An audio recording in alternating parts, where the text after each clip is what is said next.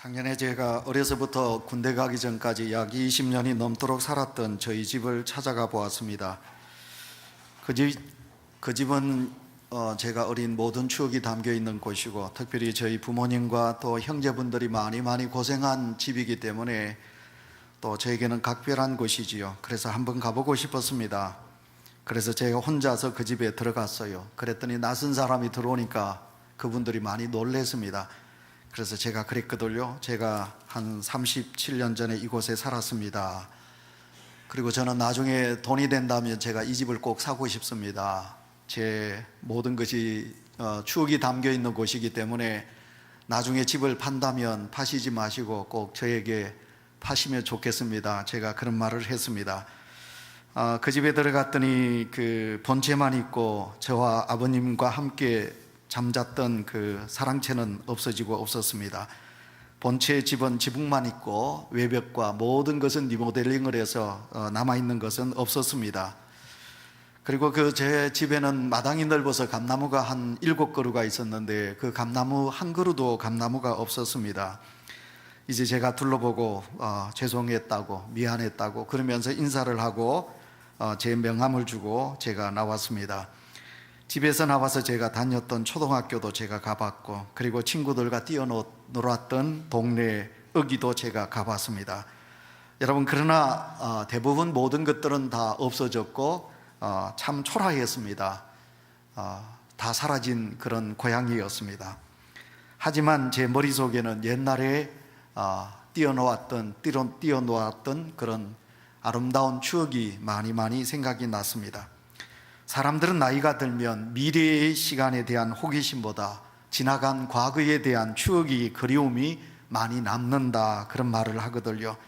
과거의 시간 사건에 쌓여있는 먼지를 닦아내면 그것들을 추억하면서 다시 우리는 또 옛날을 그리워하며 사는 그런 존재입니다. 인간의 본능이 많이 있는데 그 본능 중에 중요한 요소 중에 하나는 바로 귀소 본능이라 그렇게 말하지요. 자신이 태어나고 자란 곳으로 돌아가고 싶어하는 본능이 우리 인간의 마음속에는 있습니다. 사람들이 나이가 들면 자신이 태어나고 자란 곳을 그리워하지요. 그래서 이것을 우리는 귀소 본능이라고 그럽니다. 저도 이제 나이를 먹어가면서 자꾸 옛날이 그리워지고 고향이 그리워지고 그랬습니다. 그래서 저의 카톡에 제가 뭐라고 적어놨느냐 하면 더욱 그리워집니다 이렇게 적어놓으니까 어떤 분들이 저보고 뭐라고 그러느냐 하면, 도대체 목사님 뭐가 그리 그립습니까? 옛날 애인이 그리 그립습니까? 저보고 웃으면서 그러더라고요. 그래서 제가 이제 그건 지워버리고 옛날입니다, 가을입니다 이렇게 제가 바꾸어 놓았습니다. 사랑하는 성도 여러분, 사람들이 부모 중에 아버지보다 어머니를 더 애틋하게 그리워하는 것은 자신이 태어난 곳이 어머님의 뱃속이기 때문에 그렇다는 그런 말도 있습니다. 여러분, 고향은 어머니 뱃속과 같은 것입니다. 그래서 우리는 고향에 대한 그리움으로 가득 차 있습니다. 명절이 되면 귀성 시간이 참 길지요. 여러분, 가까이에 갈 수도 있지만 어떤 분들은 7시간, 8시간을 차를 타고 고향을 찾는 것은 무엇이냐면 본향, 그러니까 고향에 대한 그리움 때문에 그렇습니다. 오늘 본문 말씀 속에 히브리서 11장입니다. 믿음의 사람들에 대한 이야기가 오늘 본문 속에 있습니다. 우리는 히브리서 11장을 믿음의 장이라고 그렇게 말하지요.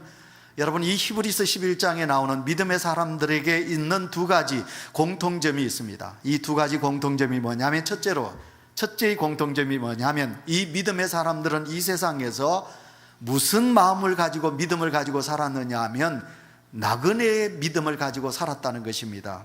여러분, 그 믿음의 사람들 중에 제일 먼저 아브라함에 대해서 우리는 말할 수 있습니다.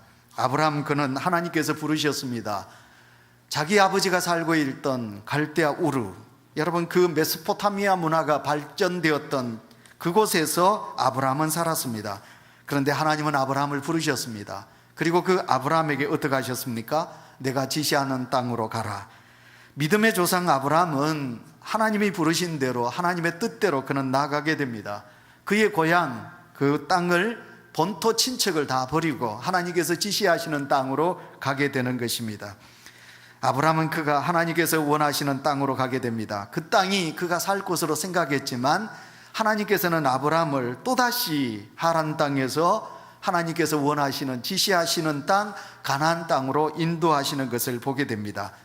아브라함은 큰 부자가 되지요. 큰 부자가 됩니다. 그러나 아브라함은 나중에 죽을 때 그 모든 것은 다 없습니다. 그가 마지막에 남는 것이라면 그의 아내 사라와 함께 묻힐 막벨라 굴 그 하나밖에 없었던 것을 우리는 보게 됩니다.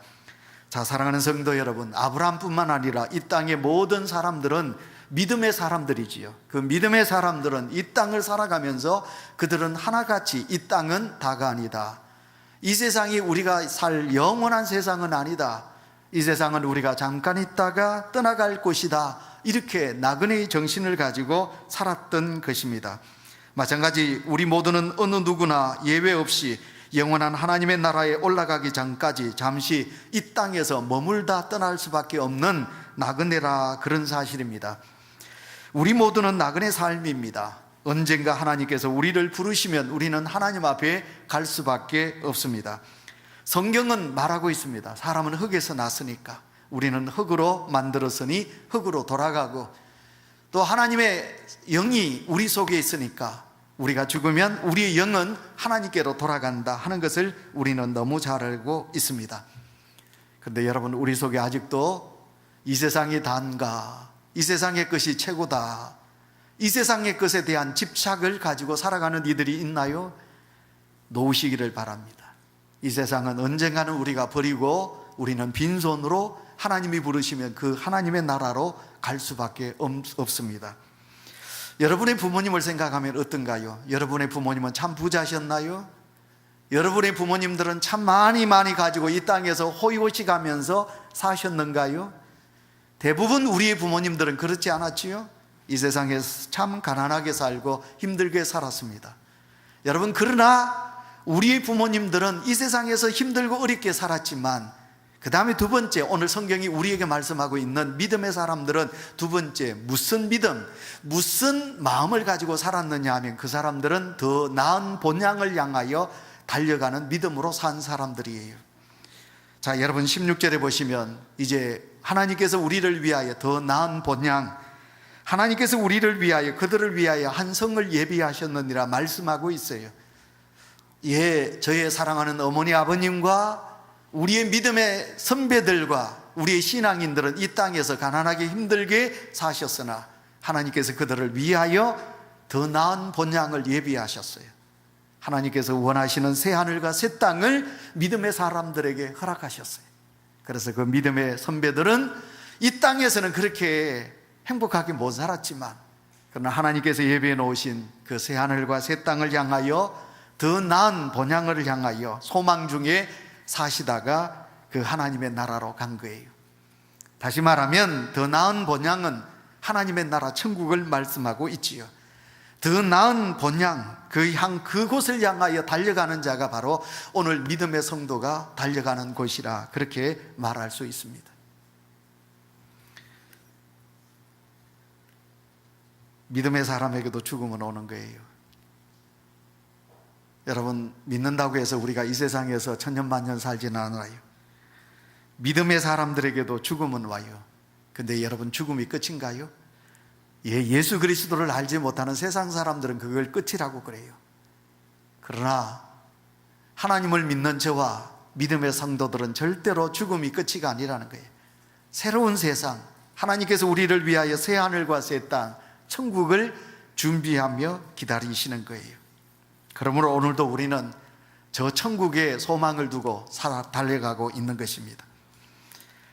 천국을 향하여 달려가는 나그네의 믿음, 이 믿음이 오늘 사랑하는 우리 모든 성도들에게 있으시기를 축원합니다. 그런데 이 믿음의 확신이 없으면 어떻게 될까요? 예를 듭니다. 프랑스의 철학자, 그리고 아주 문학가지요, 사르트르라는 그런 유명한 사람이 있었어요. 이 사람은 자유에 대하여, 또한 인간의 존엄성에 대하여 글을 많이 썼어요. 그래서 이 사람이 쓴 글이 얼마나 위대했던지 노벨 문학상을 이 사르트르가 타게 됩니다. 그런데 그 사람은 그것을 상을 거절해요. 인류의 모든 사람들이 타고 싶어하는, 우리나라 사람 한 사람도 타지 못했던 노벨 문학상을 이 사르트르가 거절해요. 그만큼 의식이 강한 자예요. 근데 그가 담배를 많이 피워서 나이 74세, 74세 그가 폐암으로 죽어가요. 근데 그가 죽음이 다가오자 죽음 앞에서 미치광이가 돼요. 죽음에 대한 두려움 때문에 발광을 하다가 너무너무 비참하게 이 샤르트르가 죽게 됩니다. 샤르트르가 그렇게 죽자 문학가들, 그러니까 언론은 이렇게 말하지요. 자유를 그토록 부르짖었던 샤르트르가 그처럼 비참한 죽음을 맞이할 수 있단 말인가. 샤르트르가 죽음 앞에서 그런 불안하고 공포감에 떠는 모습을 보인 것은 죽음 너머에 있는 영원한 세계에 대한 준비를 하지 못했기 때문에 그렇다라고 언론인 기자가 그렇게 글을 썼습니다. 그에 반해서 아름다운 믿음의 사람이 있어요. 독일을 자랑하는 믿음의 하나님의 사람 본헤프. 여러분, 본헤프 목사님은 그는 히틀러에게 저항하다가 잡혔어요. 그리고 그는 이제 사형 언도를 받게 됩니다. 아무 죄도 없는데 그는 죽음을 이제 눈앞에 두게 됩니다. 어느 날 간수들이 와서 본헤프 목사님을 부릅니다. 그때 본헤프 목사님은 그렇구나, 이제 내가 사형장으로 끌려가는 거구나, 그것을 느끼고 이 본헤프 목사님이 거기에 있는 간수와 그리고 모든 죄수들에게 이렇게 말을 하지요. 사랑하는 형제들이여, 이제는 내가 세상을 떠날 날이 바로 다가온 것 같습니다. 나는 이것이 나의 마지막이라고 생각하지는 않습니다. 오히려 하나님은 나를 위하여 새로운 시작을 위한 하나님의 나라 저 천국을 준비하고 기다리고 계시기 때문에 그렇습니다. 나는 두려움이 없습니다. 나는 편안함으로 나는 이제 나의 갈 길을 갑니다. 형제들이여, 나 먼저 천국으로 갑니다. 우리 모두 그곳에서 다시 반가운 얼굴로 만나시기를 바랍니다. 우리 다 같이 아멘 합시다. 아멘. 이 본헤프 목사님은 그렇게 사형장으로 끌려가면서도 전혀 두려워하지 아니하고 평안한 모습으로 사형장을 향하였다고 합니다. 성도 여러분이여, 무엇이 샤르트르와 본헤프에게 이런 차이점을 두고 있습니까? 그것은 바로 죽음 이후에 있는 본향, 천국에 대한 확신이 있느냐, 확신이 없느냐, 거기에 따라서 사람들에게 이런 큰 차이가 있게 된다는 것입니다. 성경 전체의 주제가 있다면 그것은 하나님의 나라 천국이라는 것입니다. 여러분, 천국이 있음을 저희들은 믿습니다. 오늘 우리 사랑하는 귀한 할머니들이 세례를 받으셨습니다. 여러분, 어제까지 오늘 세례 받는 날이 다가오는데 몸이 많이 아프셨다고 합니다. 예, 제가 많이 경험했거든요. 여러분, 세례 받는데 악한 마귀가 좋아하지 않아요. 그러니까 악한 마귀가 역사해요. 그래서 세례를 방해해요. 근데 세례 받는 오늘 할머니, 연세가 92이신 할머니가, 예수님은 나의 구원자입니다, 나는 죽으면 천국에 갑니다, 아주 큰 소리로 또렷또렷하게 확신 있는 그런 신앙 고백을 하시는 것을 제가 보고 들었습니다. 성도 여러분이요, 우리는 이 세상이 다가 아닙니다. 우리는 언젠가는 하나님이 부르시면 새 하늘과 새 땅, 하나님께서 예비해 놓으신 저 천국에 들어갈 줄 믿습니다. 우리 모두가 다 이 명절에 다시 한 번 더 나의 고향을 생각하며 하나님께서 우리를 위하여 예비해 놓으신 본향을 그리워할 수 있는 믿음이 우리 모두에게 있으시기를 축원합니다.